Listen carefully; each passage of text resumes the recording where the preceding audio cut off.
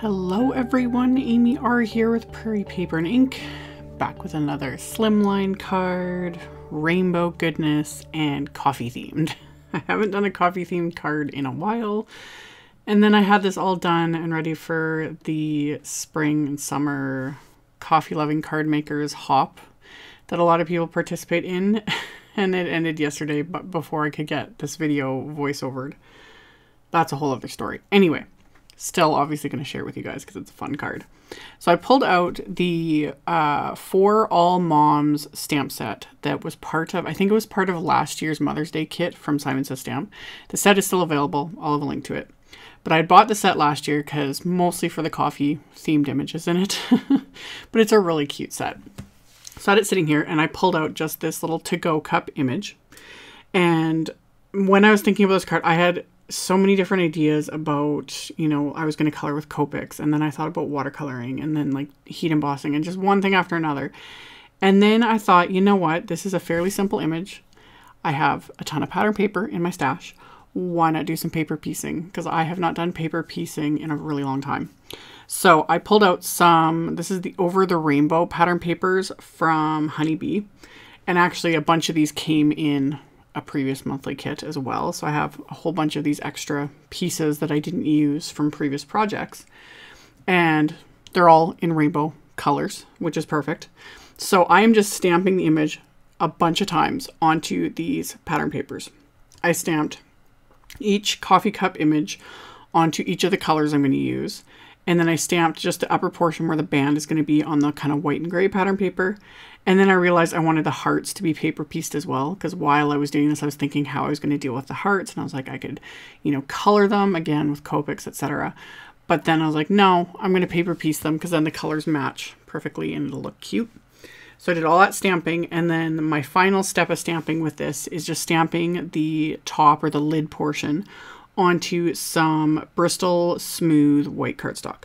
And all the stamping I did with VersaFine Onyx Black ink. So because of that, normally when I do paper piecing, I show me adding shading with copic markers, just using grays. It just gives, when you're paper piecing, it just gives it that little extra bit of depth and dimension. But because I stamped it with VersaFine Onyx Black, that is not compatible with Copics. Most of the time you're going to smear the ink, the stamped ink with your copic markers. They don't play well together. So since I didn't want to do that, I just pulled out my Karin Brush Markers Pro and just used some of the grays from that. I ended up using like, yeah, the neutral grays. I used neutral gray 1, 2, and I think a little bit of 3 here and there as well. And I just added just a little bit of shading on the pieces that are going to be the color pattern paper, like each cup itself is going to be color pattern paper. I just went along kind of the inside of the lines. And then for the bands, the same thing. I just kind of went along the lines and then very lightly on like the stamped vertical lines as well. So I went along, added that little bit of shading. And then for the lids, I added a little bit of gray and then I pulled it out with a watercolor brush just to kind of soften it a bit so it's not just flat, boring. Because that's what takes paper piecing any image. You know, it just takes it up a notch. It gives it, yeah, that little bit of depth because a lot of times it can just look very flat and unfinished. So I went through and did kind of everything like I do in like a mass production setting. And, you know, I did all my stamping at once. And then I did all this shading at once. And then now I'm just going along and trimming out, just doing a rough cut first. I just used my big old Tim Holtz shears for this. And just cutting away all the excess pattern paper, which I'm going to save. I just keep it with the package, you know, for the next project of paper piecing or whatever card I'm going to make. So this also makes it easier though to trim everything out so you're not having to cut around and these big pieces of paper getting in the way. So I just quickly just trim them out with my big scissors. So then I've got this nice little pile of all these little pieces that I'm going to need to create the final little coffee cups. So after I've got all that rough cutting done, now is the time to do the fussy cutting, which with these images is pretty simple. It's only slightly time consuming and yet not really, but slightly time consuming because I'm doing so many of them, but very easy cutting. I've done some fussy cutting in the past with paper piecing that was just insane. I just kind of laugh looking back at how I used to do that stuff, you know, 15 years ago compared to now. Now I'm just lazy and use wafer dies for everything. But for the fussy cutting, I use my little cutter bee scissors just like I've been using for over a decade now. And I cut right on the line. My cuts don't have to be 100% perfect because I'm going to fix that with a marker in a minute.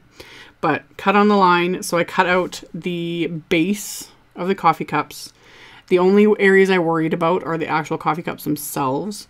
The parts where those bands are, the lid, etc. I don't worry about them. You know, I cut inside the lines for that. It doesn't matter because it's going to get covered up. And I cut out the hearts, cut out the bands, cut out the lids. So everything's cut out. Now it's time to edge them. This is the other trick that makes paper piecing just go together a lot more, makes everything look a lot more finished. I've shown this in a ton of videos. I just take my Memento Tuxedo black marker. This is the same, literally the same marker. I haven't bought this marker for years. But I just take the marker, and I have the brush tip, and I'm using just the side of the brush, and I'm just running it along the edge of all these pieces. You don't sit and hold the marker for very long, you just run it along the edge. That's it. If you hold the marker for too long, depending on the type of paper you're using, the paper can start absorbing it, and you'll get like those fuzzy and furry looking edges because it's absorbed the black marker. That's also why I prefer using this Memento Tuxedo Black. I've seen other creations where people have used like a black copic marker, and copics especially, that's just the nature of them. Like the paper just wants to absorb it. And then they end up with these very blurred edges and it just looks off. So this is a good little investment. This marker just comes in handy. So again, I just go along and edge all of these pieces. Again, a little bit tedious when you're doing so many, but if this is one of those tasks where it's like, I can just basically zone out. I'm paying attention to what I'm doing, but I'm, you know, not all there. I'm listening to a podcast or music or Netflix, whatever. So with the little hearts, I found sometimes it's easier to use my little reverse tweezers to hold them just so I can edge everything. And then for the sake of the video, I did, I finished like one basically just to show what I was doing. With the actual coffee cup, again, I'll just keep calling it the base.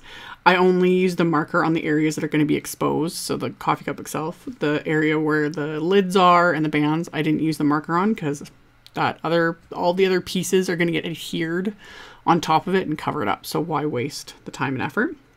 So did all the edging with that marker. So everything's done. So now all I have to do is adhere all these pieces together. This went really quickly. I just used my Craft Tacky adhesive. So I put adhesive on the base for the lid, adhered that down, put adhesive on the band, adhered that down, and then a little bit of adhesive on the heart and adhered that. And that's when I pulled out my embellishment wand. I had only meant to use it first for the hearts, but then I found it made it go so much easier with all of them just to use it because it picks up paper really well. Like I love this embellishment wand more than any of the other tools I've used over the years. And I've tried pretty much all of them, you know, little sticky tools, all the different things. This one's been the absolute best. So that's what I did. I just kept applying adhesive and then I'd pick up the piece of paper with my embellishment wand, press it into place, and then just kept going along and adhering each one of these little coffee cups with their lids and bands and hearts. And as it like all came together, this was my favorite part because, you know, as they all start coming together, they look so cute. There's something about rainbows.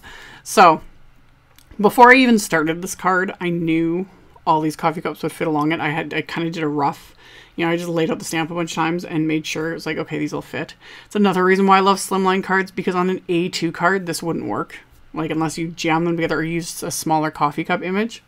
So for things like this, like to do things in rainbow order, that's another reason why I'm loving the slimline cards. It's like, ooh, I can do the whole rainbow usually and then some on a slimline card. So I had everything laid out on my cardstock. And then for the sentiments, I'm using the CZ Design Thank You Wafer die, the original one. There is a new one that was released that's way bigger. Can't wait till that gets here. But this is the original one. And I used just the words, not the outline, because I wanted to put the words on one line, whereas with the outline wafer die that comes in that set, you can see it on the packaging, how it's supposed to look. So I had stacked that with 3 layers of die cuts, so the sentiment's got that nice bit of dimension that I love. And then the companion sentiment, I actually used one of the sentiments from the All the Thanks set and white heat embossed it onto black cardstock. And I'll have links to all the sets I used. So I did that, and then my card base was heavyweight white cardstock cut to 7 inches. So it was 7 inches by 8.5. And then I scored it at 3.5. So it's a 3.5 inch by 8.5 inch slimline card. And on the inside of the card, I'm going to stamp all these the coffee cup again. I keep saying all these coffee cups, but it's one stamp. Like I did this whole card with one stamp, which is not the norm for me. Usually, you know, I'm using like 30. So I'm stamping all the coffee cups in the same order, this time using Distress Oxide inks. And I'll have links, like a list of the specific colors I used. So basically this is kind of my go-to, roughly my go-to rainbow color combo with oxides. And it's Candied Apple, Carved Pumpkin, Mustard Seed, Twisted Citron, Peacock Feathers, Blueprint Sketch, Seedless Preserves, and Abandoned Coral. So I just kept wiping off the stamp and then stamping it on the inside of the card. And this is another one of those times where as I'm doing the inside of the card, I'm like, oh, this would make a really great clean and simple card front. Instead of, you just fold the card over, make this the front, add a, like die cut that thank you from black cardstock, adhere it, maybe add a little bit of bling or a little bit of splatter, but other than that, leave it as is. It would be perfect. So there's, you know, almost basically a 2-for-1 card idea.